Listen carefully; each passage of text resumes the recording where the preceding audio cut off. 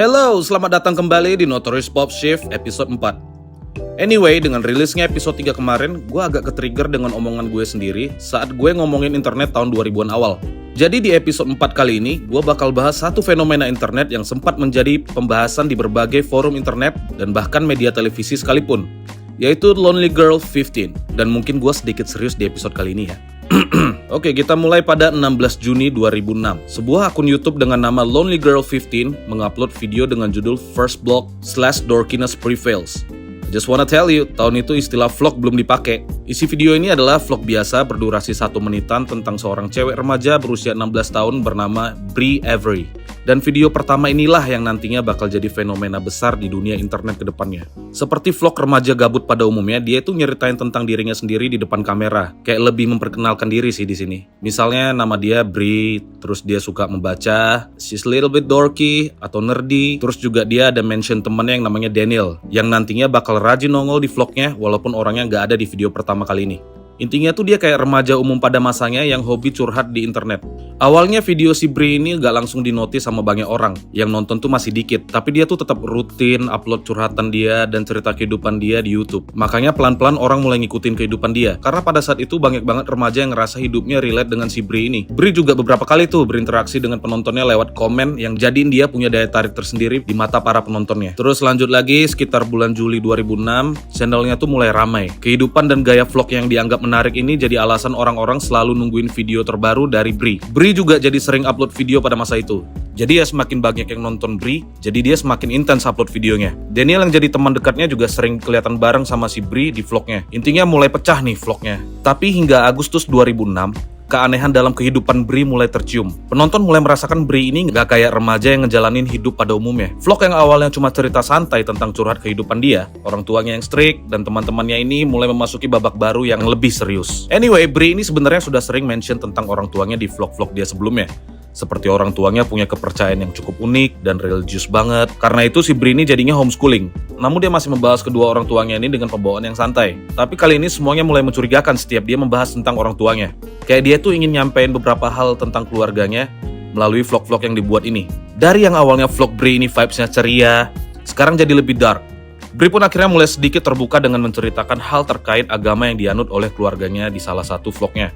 Dia bahkan mengungkapkan bahwa dia diharuskan untuk mengikuti sebuah ritual yang disebut The Ceremony, yaitu sebuah ritual misterius yang dia sendiri juga nggak tahu apa-apa soal itu. Dan ini merupakan bagian dari keyakinan yang dianut sama keluarganya. Di sini penonton mulai merasa ada hal yang aneh. Bahkan temannya si Daniel ini juga bilang kalau si Brie itu sebaiknya untuk nggak usah ikut dalam ritual itu. Ini bisa dilihat dengan perdebatan yang terjadi antara Brie dan Daniel di salah satu vlognya Brie. Daniel sebenarnya kecewa sama si Brie karena Brie ini kayak denial gitu loh. Pertama, Brie sendiri nggak yakin dengan ritual itu. Dia nggak punya gambaran jelas dengan ritual itu dan nggak tahu detail tentang itu. Dan kedua, dia nggak tahu apa yang sebenarnya dianut sama keluarganya ini, sama kedua orang tuanya ini. Ini semakin bikin penonton tuh penasaran. Apa sih sebenarnya yang terjadi? Lalu memasuki September 2006 awal, Brie cerita dalam vlognya kalau seremoni ini dibatalkan. Tapi doi nggak ngasih alasan yang jelas nih, nggak ngasih alasan konkret kenapa dibatalin. Di masa ini juga, si Brie ini udah makin kelihatan nggak seceria dulu. Udah kayak orang banyak beban. Hubungan dia sama si Daniel juga mulai renggang. Terus kayak cara dia ngomong dan ekspresinya juga berubah total. Kayak orang cemas. Di sini orang-orang mulai notice perubahan di vlog Brie ini. Kemudian di pertengahan September, Brie juga jarang-jarang upload video di YouTube-nya.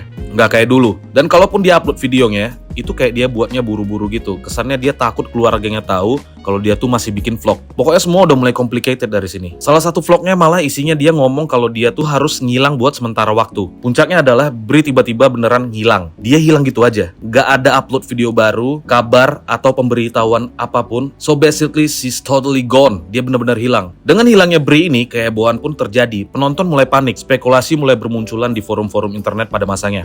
Semua mencari tahu apa yang sebenarnya terjadi. Fans Lonely Girl 15 juga membuat blog yang membahas soal ini. Banyak teori muncul seputar hal ini. Ada yang bilang Brie diculik, terus Brie kabur, dan lain sebagainya. Pokoknya udah liar kemana-mana deh. Dan seperti fenomena internet sekarang, video-video analisis mulai bermunculan di YouTube. Bahkan nih ya, sampai media-media besar mulai melakukan investigasi.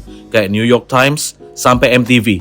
Nah, ngomongin MTV, gue pertama kali tuh tahu dia ini dari MTV. So, kehebohan ini tuh memicu hal positif seperti subscriber dan view yang membludak di akunnya Lonely Girl 15. Tapi, sebenarnya apa yang terjadi pada Brie Avery? Seperti yang gue bilang tadi, dengan semua kehebohan yang terjadi pasti bakal memicu banyak hal. Salah satunya adalah membongkar siapa Brie Avery dengan akun Lonely Girl 15 ini. Jadi dengan investigasi yang dilakukan hampir oleh semua pihak, akhirnya terungkaplah kebenaran di balik Lonely Girl 15 ini. Jadi Lonely Girl 15 ini adalah bagian dari project web series dengan format vlog yang waktu itu mulai digandrungi. Mesh Flinders dan Miles Beckett adalah orang di balik konsep dasar dari Lonely Girl 15. So, siapa Brie Avery ini? Dia adalah tokoh yang diperankan oleh seorang aktris bernama Jessica Rose. Jessica Rose itu pada tahun-tahun segitu tuh dia tuh masih, istilahnya masih artis rookie lah, masih baru. Mereka tuh awalnya nggak nyangka kalau project ini tuh bakal besar dan viral.